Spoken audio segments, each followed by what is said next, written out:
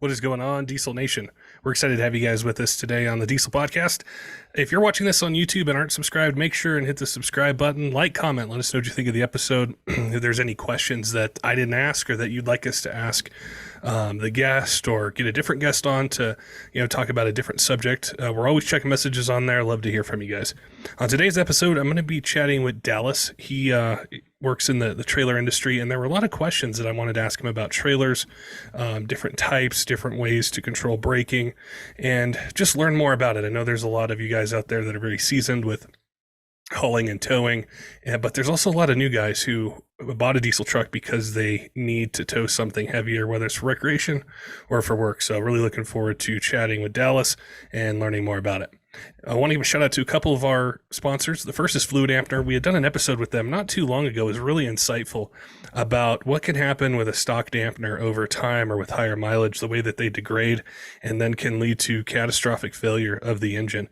They're really popular in race engines or high performance engines to be able to balance out harmonics, but it's a really cool product. It's something that you don't have to ever maintain. You just install it and it's ready to go. And one of the things that I learned about it was just how susceptible older trucks can be to the factory one failing. So it's a great upgrade if you're going to be in the engine bay to go ahead and tackle that. If you have any questions, want to learn more, head on over to fluiddampener.com, check out what they got. They're really helpful. They're more than happy to answer your questions. So if you send them an email, they'll get back to you, fairly quick, or you can call in if you want to chat with somebody about your particular project, your particular engine, and ways to make sure you protect your investment. Also, if you're in the market for a knife, head on over to kershaw.kiausa.com. Our friends over at Kershaw have given us a 20% off site-wide code. Just use code Diesel20 if you're in the market for a knife to EDC or throw in a toolbox, glove box, hunting, fishing. They've got something for every budget. So it's a great way to save some money, especially now it's around the holiday time. So if you know somebody that's really into knives or just needs one, just use code Diesel20 and save 20%. All right, let's get to today's episode with Dallas from Nationwide Trailers, learning more about trailers, things you should ask before you buy one, tips that he's learned along the way, and chatting with him about his love for diesel trucks, racing, and towing. Dallas, welcome to the Diesel Podcast. I appreciate one of our previous guests connecting us not long ago to talk about trailers, and he had said, hey, you've never done an episode talking about trailers, and I thought I haven't, but that's why diesel truck owners buy diesel trucks is mostly to tow with. So I look forward to having you on today, learning more about yourself, your company, and then going through some of the things that you see with truck owners or customers or potential customers, maybe mistakes that they make or things that they do really well in selecting a trailer.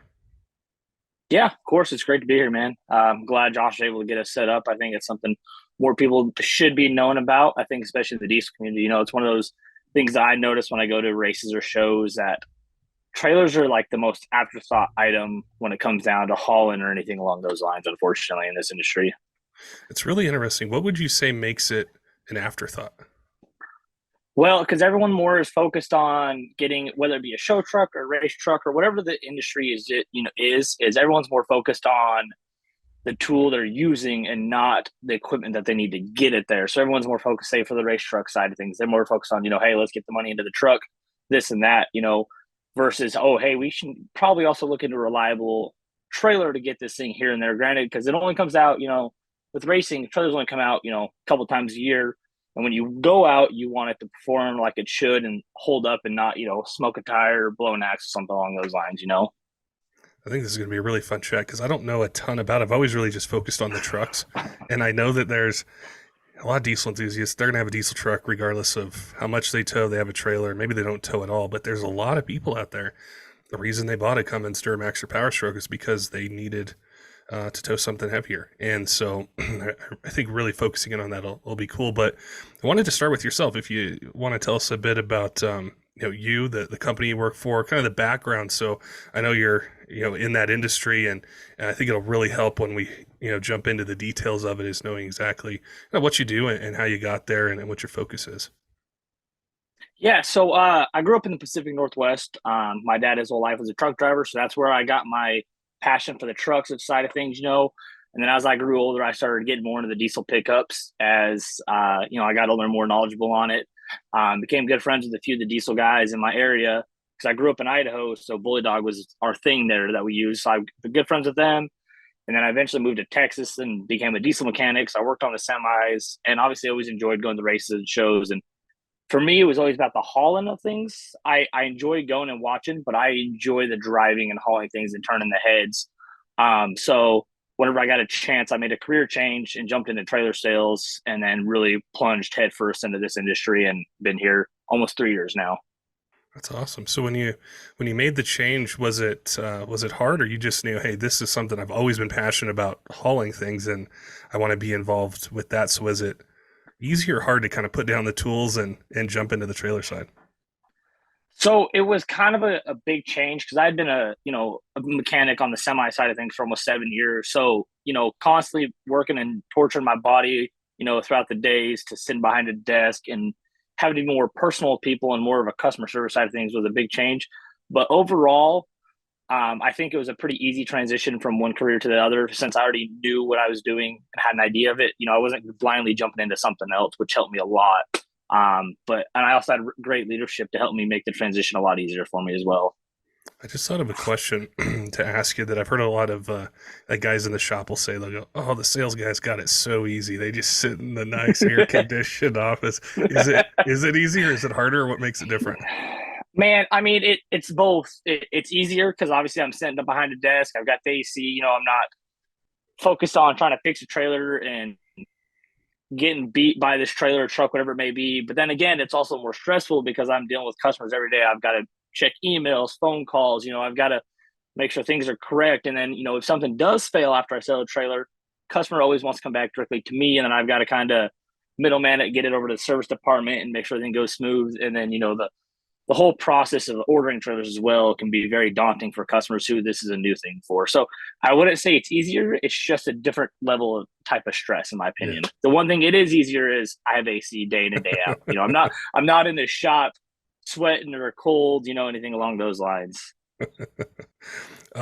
With trailers, like what kind do you sell? What is it? All pickup truck? Is it some of it heavy duty stuff? A little bit of everything? So we are essentially pickups only. We do everything from your real small little like 5x8 utilities and enclosed trailers up to your big, custom 44-foot goosenecks that you'd see behind, 3,500 or 4,500 pickup. I don't do anything along of like medium duty or dump truck work really. We specialize in, goosenecks, and that's our biggest thing is what we do. That's definitely going to fit in with most of the people who are listening because they've got to come into Yeah. Duramax or a Powerstroke. Yep. You Exactly. you had mentioned in the beginning a bit about how there's different, well, that people almost kind of cheapen out or don't focus, or it's an afterthought for the trailer. Can you walk me through what separates different types, either brands or different quality levels that people should be aware of and think about before they buy one? Yeah, so I mean, I'm not going to name any brand specifically, but I mean, you got your low end brands, you got your high end things, and we ride right in the middle. The biggest thing people need to worry about is, say you're hauling a race truck, right? It's maybe just one truck, but you're going to be putting tools and potentially a golf cart or something or side by side on there. So the big thing you need to worry about is the axles are the correct size for the weight you're hauling, and overall length is perfect for you, as well as what kind of truck you're pulling it with. Some people like to cheap out and go buy a real small trailer, and then either, hey, it's not heavy duty enough for their truck or car, or it's not wide enough, and they've got to modify it, and then they're not happy with it, stuff like that. Would Now, when most people come to you, do they already have something in mind that they need, or are they just like, hey, I need to accomplish this task. You guys have trailers. Which one do I need, or how does that work?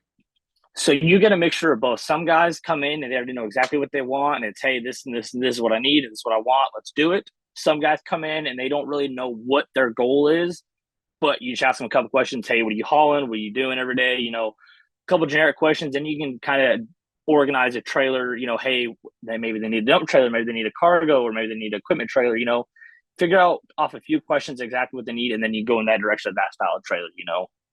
I imagine there's so much to learn and pick up. When I just think of trailers, I think of like a race trailer. I think of guys that are hauling stuff. I think of construction, so many different sizes. And then depending what kind of truck they have and what it's rated to do, there's probably a ton that goes into just learning everything that's out there and then lining somebody up with what they're going to be happy with.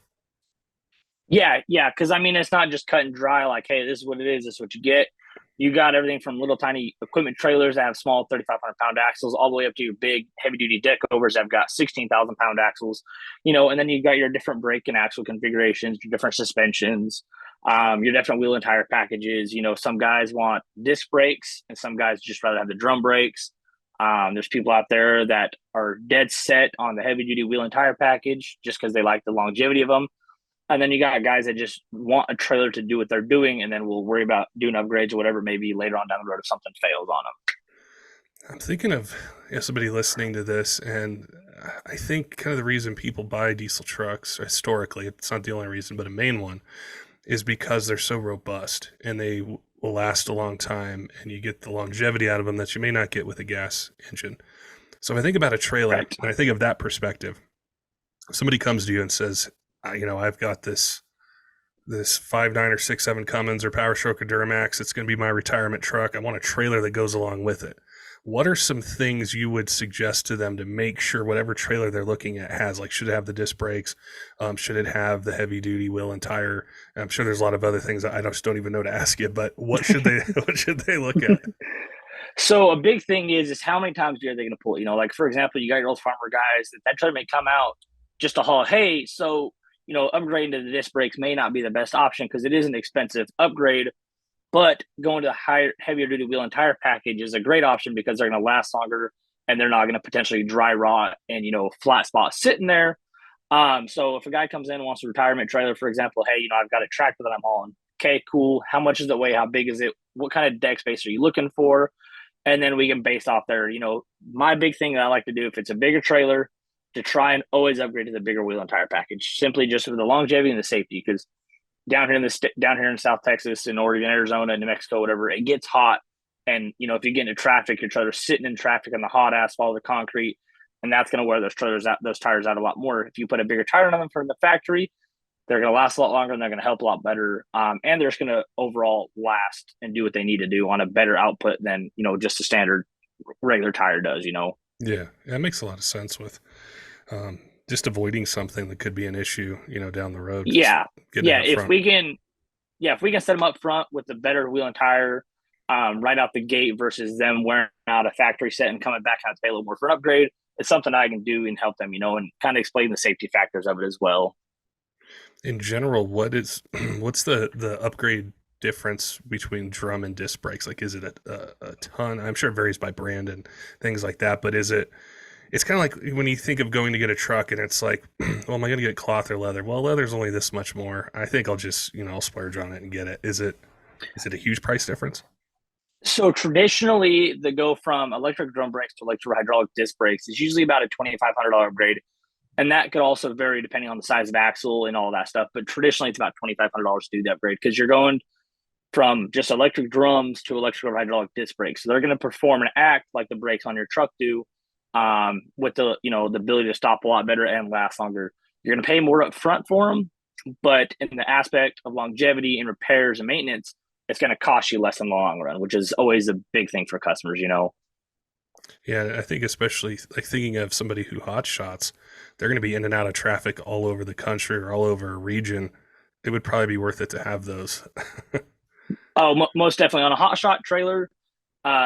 Disc brakes and the bigger tires is always a big thing because they're always in freeway traffic or they're in standstill traffic and none of that. But most of those guys are putting an average of 70 to 150,000 miles on a trailer per year. So if they got a brake that's going to stop better and last longer for them, that to them is a big thing. Then they less downtime, which means less money lost. Yeah. I had a question from one of our listeners. I kind of primed the audience and said, hey, we're going to be talking trailers soon. What do you guys want to know? And one of the things that someone asked was about brake controllers. I don't know a lot about them because I don't tow a lot. But, we have these incredibly advanced trucks, these expensive trucks, and then we're going and buying a trailer to meet our needs. Can you walk me through brake controllers and what somebody who isn't familiar with them should know about either selecting them or how they're going to be able to control braking? Yeah, so nowadays most all your heavy duty diesel trucks should from the factory come standard with a brake controller. And one thing that's really nice about it is on the Ford and Chevy or on the Ford and Dodge, it's real easy to select whether you got electric drum brakes or you got electric or hydraulic. The Chevys, they're supposed to auto pick it up. I don't know how well that works. I've never owned Chevy personally, but on both my Dodges and my Fords I've had, depending on what kind of trailer I'm pulling or hauling, or if it's my personal trailer, I get in there and I can set it and save it correctly, which is nice, because as soon as I hook that trailer up, it automatically knows, hey, this is a disc brake trailer or this is a drum brake trailer. Now, for the older trucks that may not have that, you always got to go in and have an aftermarket brake controller installed. And typically, all they do is send a signal back, and it may work correctly. It may have a little bit of delay on it. The big one that we push is called the P3. It allows you to adjust your gain, and then how fast they come on, as well. And it's really easy to set up and plug in all that jazz. It only takes about an hour to install them because they typically already plug into a factory harness to the truck. Okay, gotcha. Now, on those older trucks where you're doing an aftermarket controller, how does somebody know how quickly they want them to come on, or what settings do they want? So that is one of those things that you tell each customer, hey, haul this trailer empty, set your controller gain, say on aftermarket gain, okay, we're going to set it empty at like, I don't know, three to four on the gain. And what you're going to do is you're going to stop the trailer. And as long as those brakes don't drag, you're doing all right. And then what you want to do is obviously pull your emergency brake on it, let off your truck brakes. And as long as that trailer rolls a little bit, then holds, you got it set correctly. Now, if you're going down the highway and you tap the brakes, and that trailer locks up, you've got your gain set too high. So it's one of those things, and if it's a guy hauling the exact same thing every time, he's going to get the comfortability of it and set it empty to this and then loaded to this and never have to worry about it.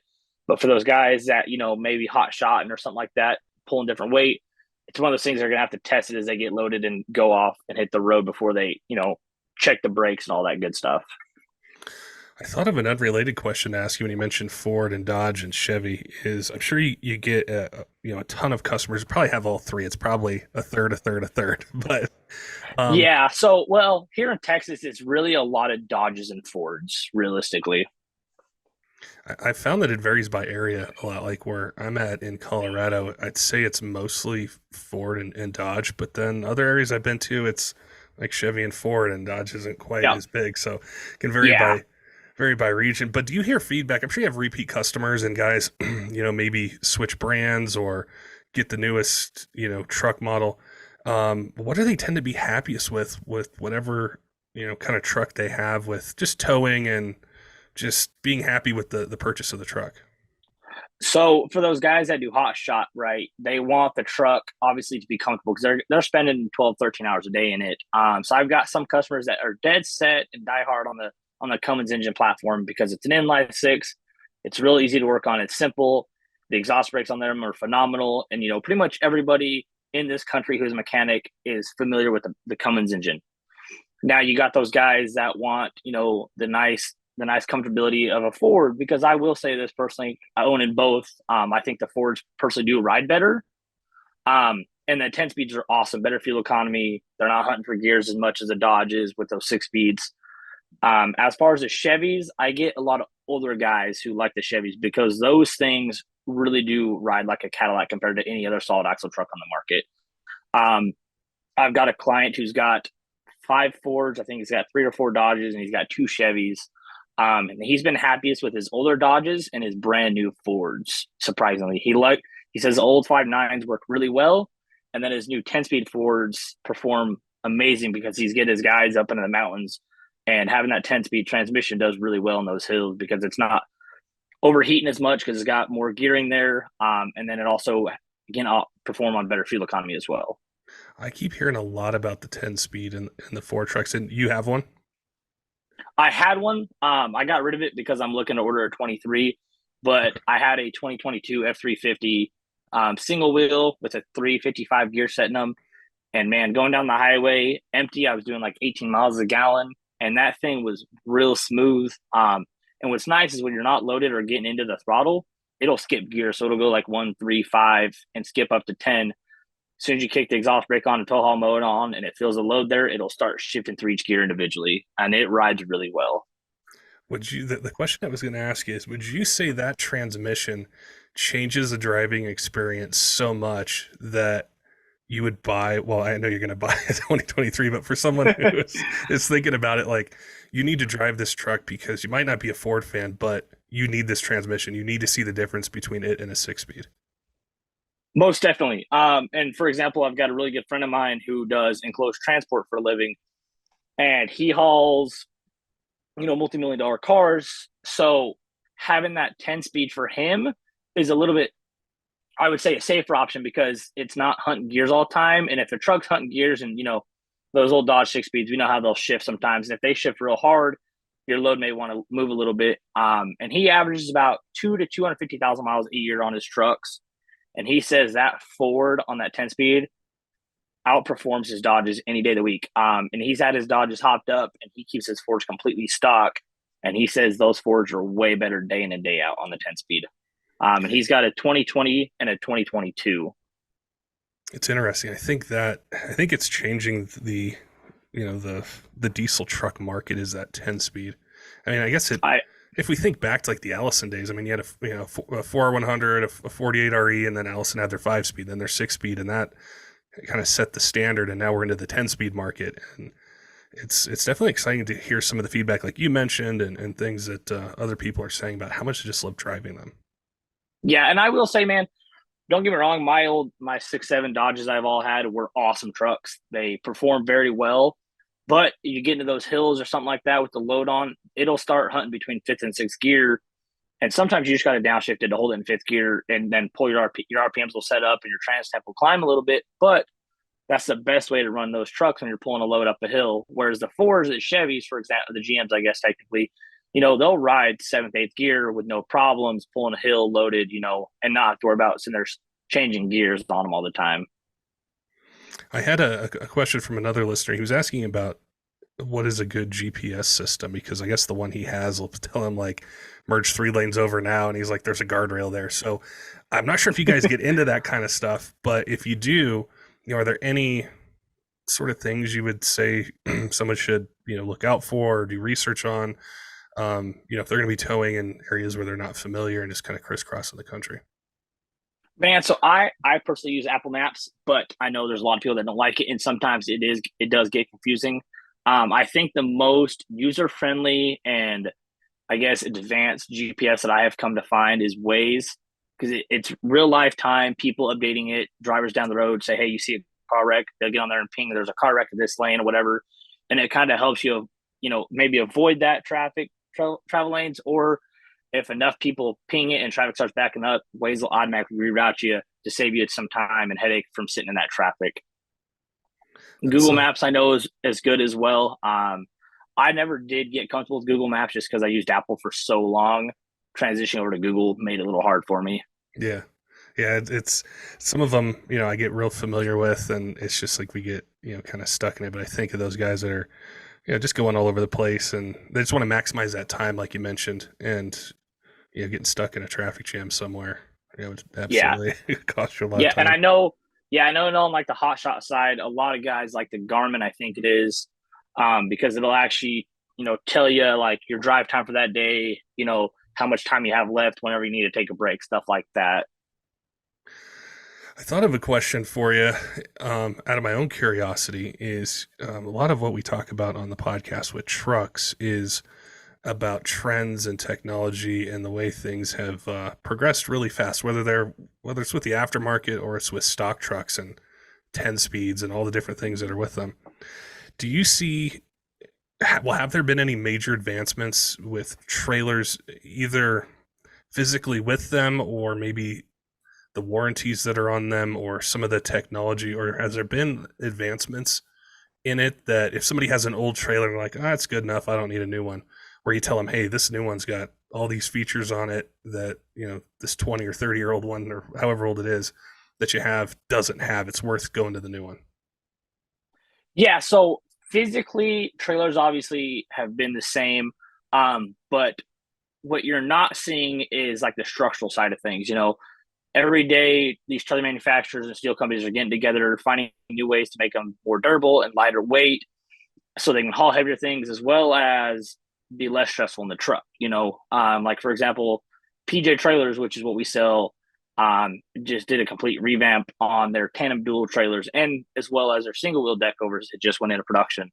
So they redesigned the neck completely to a one piece solid neck, which in turn makes it more durable, stronger, and lighter than previous iterations, as well as they added this new thing called the twist guard, which is designed to help keep the trailer from flexing going down the highway, which you'll see time to time on these trailers. But really, overall, besides that, they've stayed fairly simple. Obviously, there's really not a lot of electronics to them. There's not a lot of, computers on them, really. I mean, really, the only computer you'll see on a trailer is if it's got an air ride, you'll get that motherboard in there. Besides that, they're pretty simple. Warranty wise, they've stayed. Most manufacturers I know of are running like a 3-year frame and a 5 to 10-year axle warranty, and that's about it. How often do you have to service the axles on them? So with PJs, we run all Dexter axles, and they recommend on a severe duty trailer, which is your hot shot guys, whatever, car hauler guys, every 10 to 15,000 miles. For your, regular guys who may not pull the trailer a whole lot, yearly, you want to get into a full inspection on it, repack the bearings, fresh grease, inspect the brakes, make sure nothing's seized up or dry rot along those lines. And then if there is, obviously repair or replace. You had mentioned earlier the service department where you work. Do you guys set up, like, say you sell somebody a trailer, do you guys do it almost like on the truck side where you say, hey, I know you're going to be doing 10 or 15,000 miles really quick, come in on this day, let's do some maintenance on it, let's check this and this and this. Is it I can tell they're a lot simpler than a pickup truck, but also the maintenance schedule, which has been a huge thing on the on the podcast. People have asked for it. They want their equipment to last as long as it can and perform that way. So like as a company or you yourself, how do you approach the service side of trailers? If I tell, for example, say, hey, you're a hot shot guy. Hey, man, every 10 to 15,000 miles, if you can get into us, great. Let's get that thing in, do a full once over on the trailer from top to bottom, especially the first 15,000 miles. On the heavy line side, we call that the shakedown period, because in the first 15,000 miles, everything's doing its real first heat cycle, breaking in, setting in, So if something comes loose or is going to fail, it typically is going to fail within that time period. So if we get you in the first 10,000 miles, go over everything, check the torque on everything, inspect your brakes, make sure they've done their correct heat cycles, put fresh oil in it. That's really the best way to do it. And with my hot shot guys, if I can get them locally to get it in one of my stores, because I've got stores across Texas, Oklahoma, Missouri, and Arkansas. If I can get them to one of my locations to get the maintenance done on it, that's better. If not, get them in somewhere and have them keep maintenance records of it. That way we know, hey, okay, the truck was at 25,000 miles. We did the trailer 10,000 miles, et cetera, And for a lot of these guys, it works out well. They can plan a maintenance item where they drop the trailer off for service and then they take the truck to the dealer, or whether they can do it themselves and just do everything at one time. That way they're home for one little bit of period, get it all done and knocked out, and then keep everything on a schedule together. What would you say would be 3 mistakes that people make that are, well, I'm sure with like the seasoned haulers, like they know what they want, what to do, what to ask, what the price is. But the new guys, like what are 3 mistakes the new guys would make where you'd say, definitely think about these 3 things before you buy anything to make sure that this is going to fit what you need? So big thing is confirming what kind of truck they got. Because, obviously you can have a 2,500, 3,500, but you may be pulling more weight that you need for a 4,500 example. So confirm with the weight, the kind of equipment or tooling they're be carrying all the time. Also the size and length, because that's a big thing for a lot of people don't pay attention to is, hey, you need a 20 footer, but they go and buy a 15 footer, then they're mad or whatever it may be. And then also, if they're going gooseneck or bumper pull, what they're going to be doing, because if some guys buy a bumper pull and then want to throw a 20,000 pound skid steer behind it, realistically, you can do it. It's just not comfortable for the truck because you're putting all that weight on the back end. You really would like to get into a gooseneck. It'll handle the load a lot safer as well as perform a lot better going down the highway. With bumper pull, that thought, I just thought of a question. Is somebody had asked about hitches, and it's been it could be a popular topic, I think, kind of for the newer guys, because they're trying to set all this up, right? They got the truck, they've got lined up with the trailer. What are some things they should consider with which hitch to use? And then also, I guess, to throw kind of just to kind of throw a curveball in it is, a lot of guys lift their trucks and they got bigger wheels and tires and they're not sitting, on stock ride height. How does all that factor into being able to connect that trailer to that truck? So we'll go off a stock truck, for example, right now. So say you got a stock 2500 Chevy or Ford Dodge, right? Traditionally now on these newer modern trucks, they're gonna have a bigger hitch on them. So you want to make sure to get the best towing capabilities and comfort. You want to make sure your hitch fits your receiver correctly, not have to worry about having a reducer in there. And then as well as getting like a drop hitch, for example, you want to make sure you have the correct drop. So on all these stock trucks, I try to keep people around a 5 to 7 inch drop because that'll give them enough adjustability on most trailers. That'll keep them riding perfectly level, loaded or empty. And then when we go to the lifted trucks, it really depends on the size of lift they're going with. For example, say a 10-inch lift with 40s, right? Guys want to throw a big hitch on them. Well, the bigger the hitch you go and the lower you have that ball set down in that hitch, the more sway you're going to get. So, I've got a customer he does have a 10-inch with 38s, and we sold him a 15-inch drop with stabilizer bars that run to the bottom of the hitch and run back up to the frame, which would give more stability on that hitch and allow him to still comfortably tow with that truck at the height it sits at. I'm realizing that in the trailer or just in the towing world, it's almost like the aftermarket where you got all these different turbo sizes, all these different transmission options, all these different injector sizes.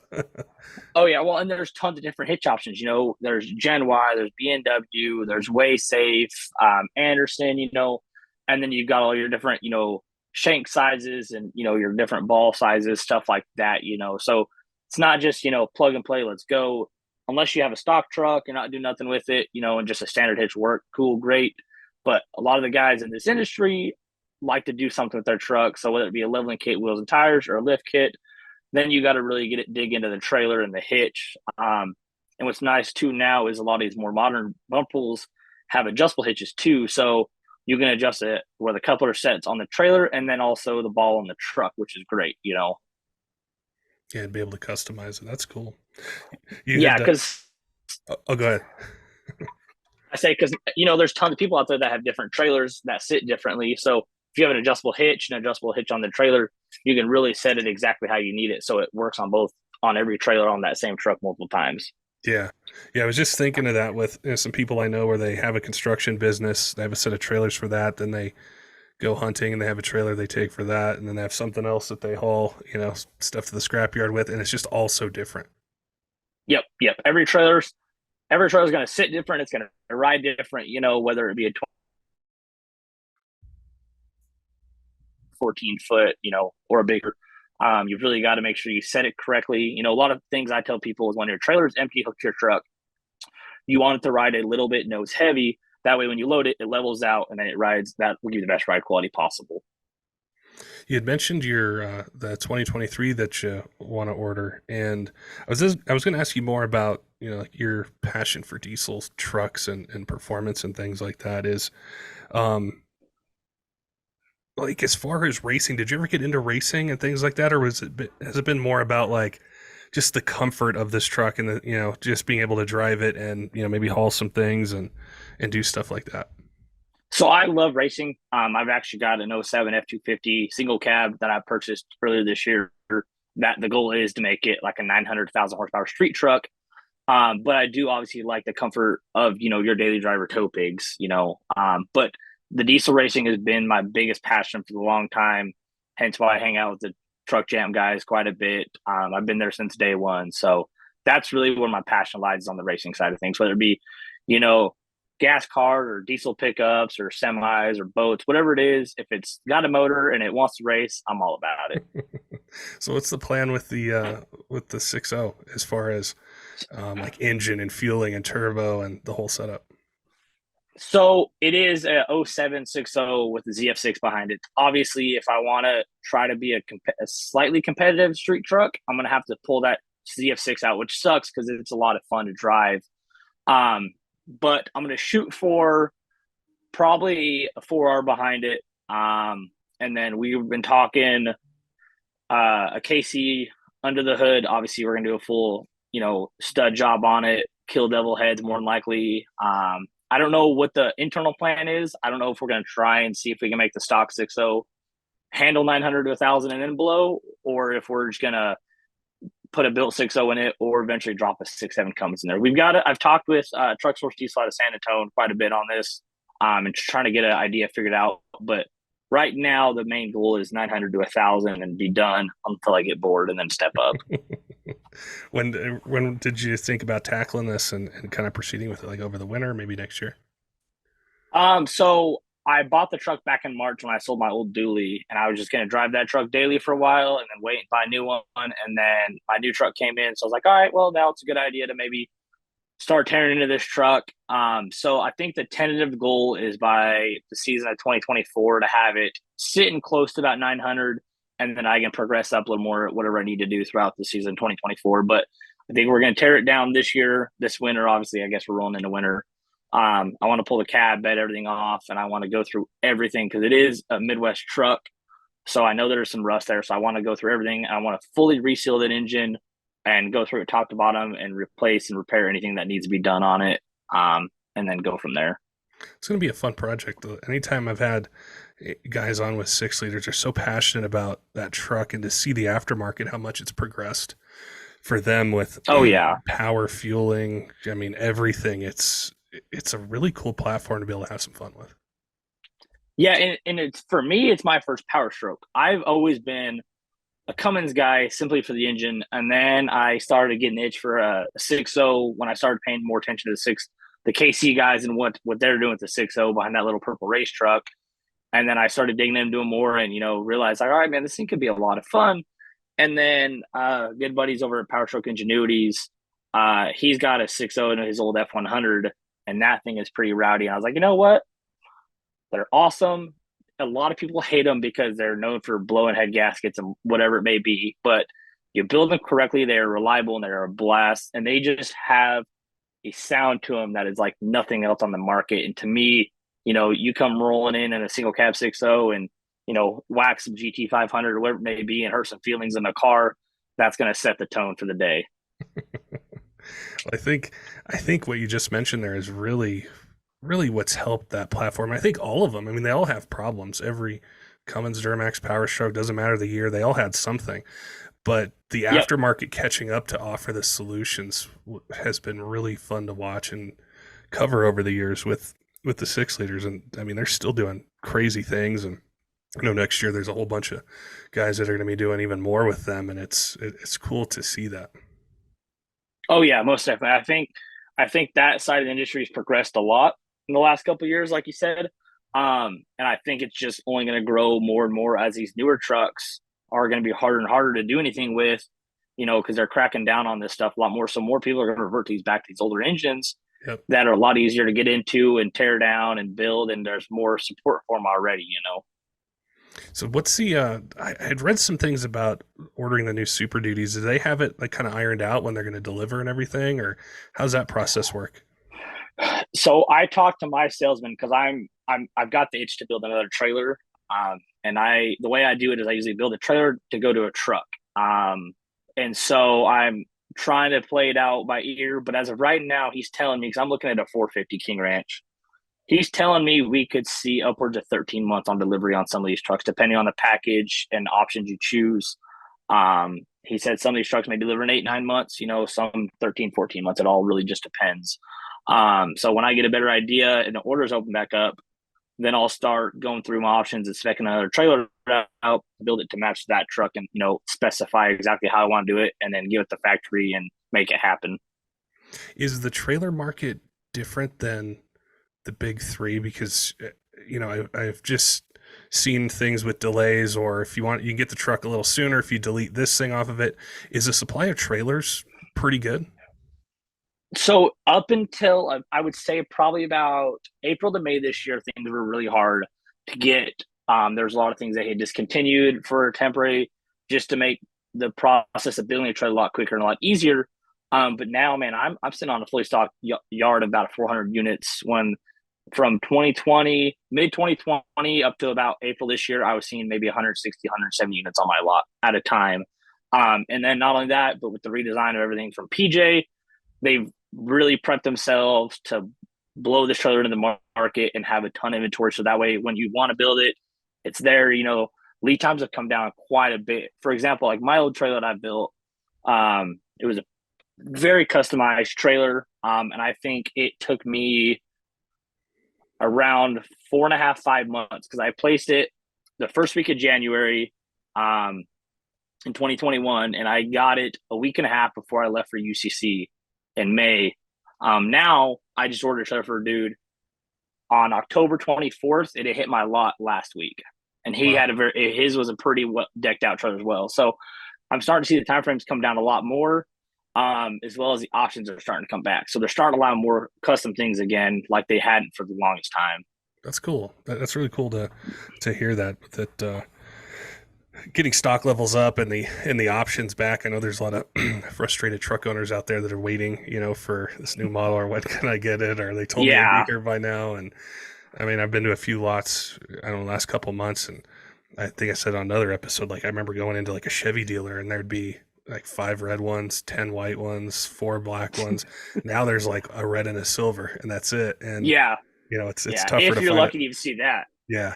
Because I know my local Ford dealer here, their stock is starting to get back up. But I remember at one point you drive by and you see maybe 5, 6 new vehicles in total, and then a handful of used. But just getting to put your hands on a new truck was almost impossible unless you're willing to drive somewhere, and maybe you get lucky and that may be there when you get there. It may not, until you get to that dealership, you're not going to know.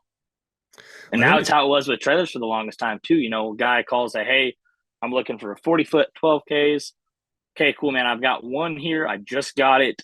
If it's something you're ready to buy, let's get a deposit on it, secure it, because it may not be here in the next hour. And, sometimes it would happen where you got the phone with the guy and some dude would walk in and buy that same trailer right then and there before someone could come in and look at it.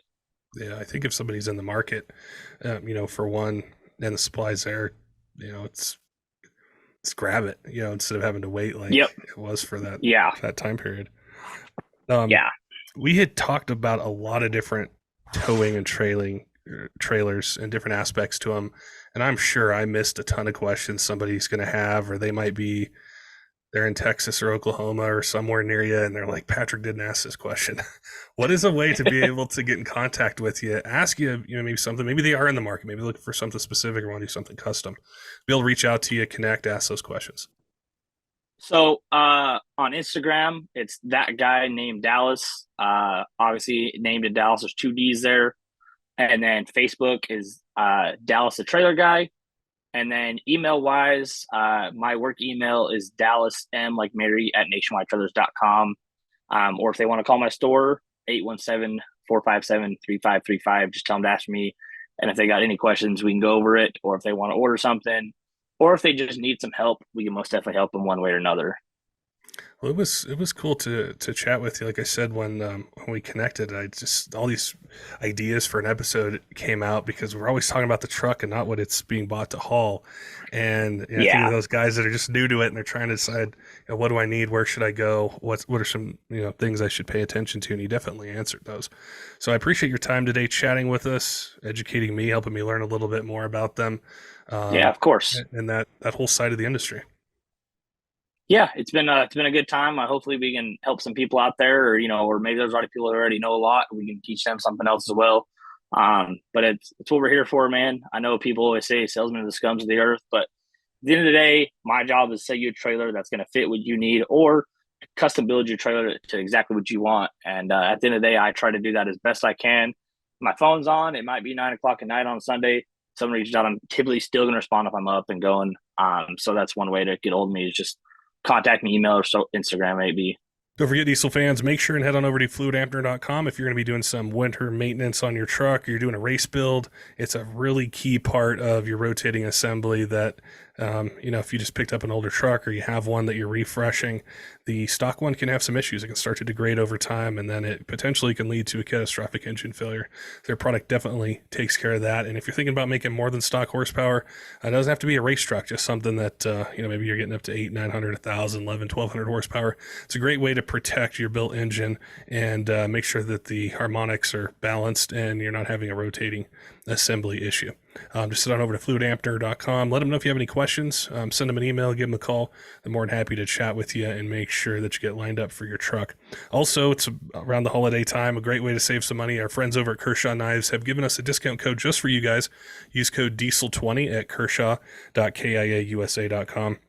A great way to either get a gift or maybe treat yourself if you need a knife to throw in a toolbox or hunting, fishing, or maybe you're really into knives and you're into different opening mechanisms, blades, steels, handle materials. We've got a ton of things to meet any budget. I encourage you to head on over there, check it out. Just put Diesel20 in at checkout, save 20%. I want to give a shout out to some of our Patreon supporters, Tyler Loewen at 23 Diesel, Caleb, John, all of our other Patreon supporters, all of you who subscribe on YouTube, podcast apps, Instagram, Facebook. We appreciate all your support, all your feedback, all of you on Discord. Love seeing what you guys are working on, the questions, and really direction you guys give us for what you want to hear on the podcast with different products or different topics. We appreciate the support you've given us as we're heading into year 7, and we couldn't have done it without you guys listening and being part of the Diesel podcast community. Until next time, keep the shiny side up.